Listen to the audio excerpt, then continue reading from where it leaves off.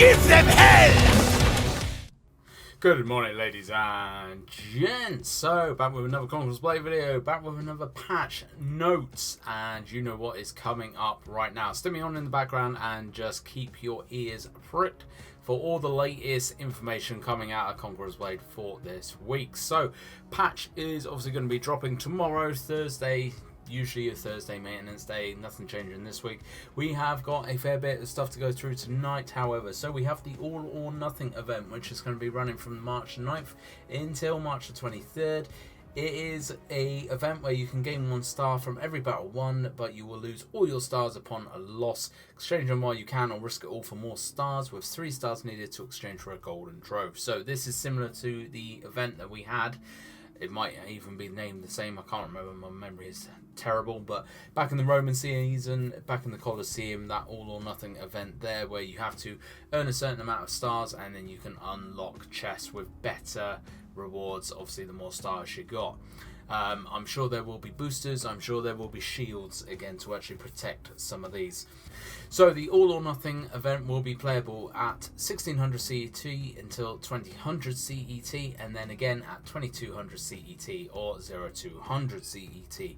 You will have to have a look very quickly about your time zone, because I'm sure that is going to be possibly different.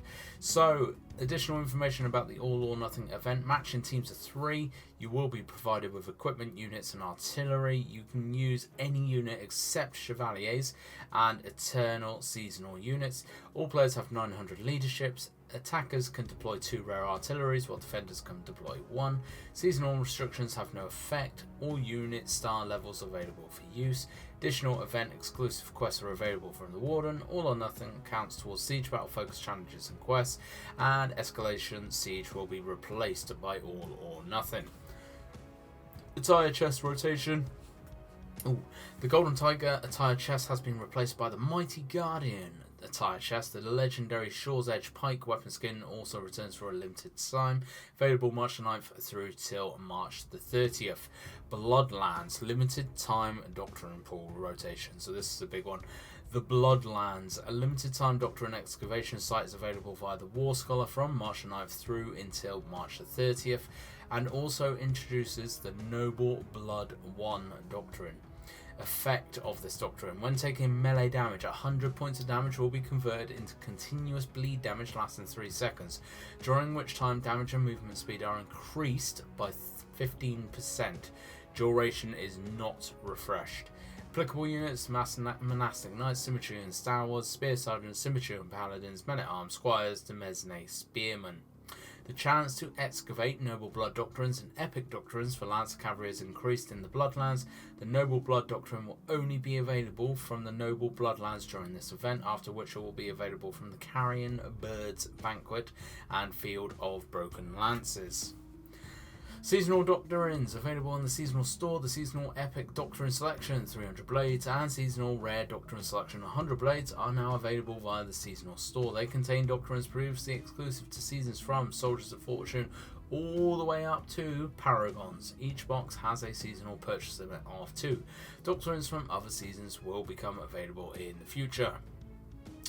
New store bundle available. Silver and Sundries pack will give you 12 times general supplies of 50,000 silver. Price 409 sovereigns with a 30% discount.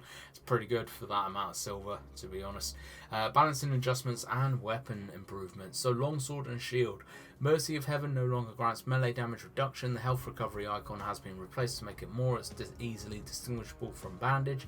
Nidachi streamlined skill descriptions by removing the full explanations for bloodloss and bloodbath effects. Their actual effects remain unchanged, and the full explanations can be found in the main Nidachi weapon description.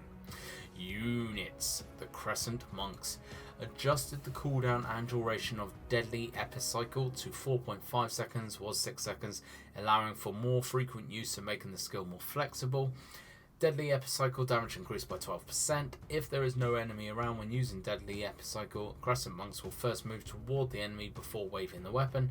Increase the judgment frequency of Deadly Epicycle in the blocking angle and attack range. So a fairly decent buff there for the tier 4 class for this season.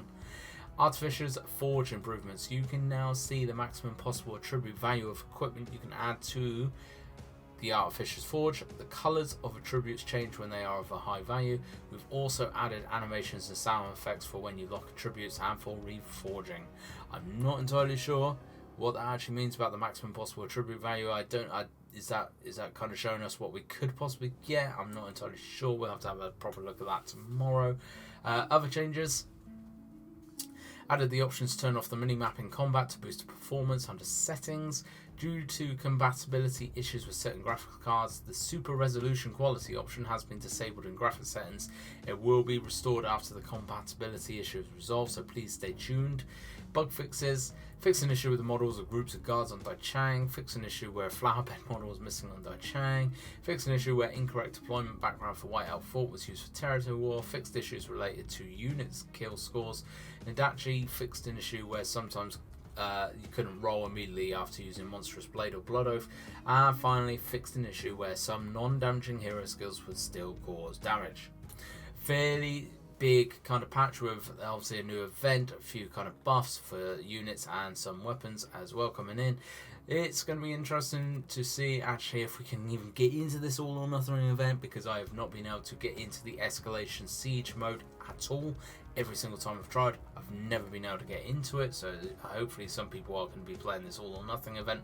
Limited time doctrine is also a very interesting thing coming in. It's going to be interesting to see actually if this new doctrine coming in is going to be worthwhile for the grind to try and find it. But yeah, just a few kind of bits and bobs coming in tomorrow. As always, this will all be introduced in the maintenance patch, which will take the game down for a couple hours tomorrow, so on the Thursday, and then we'll come back up with all this new stuff in.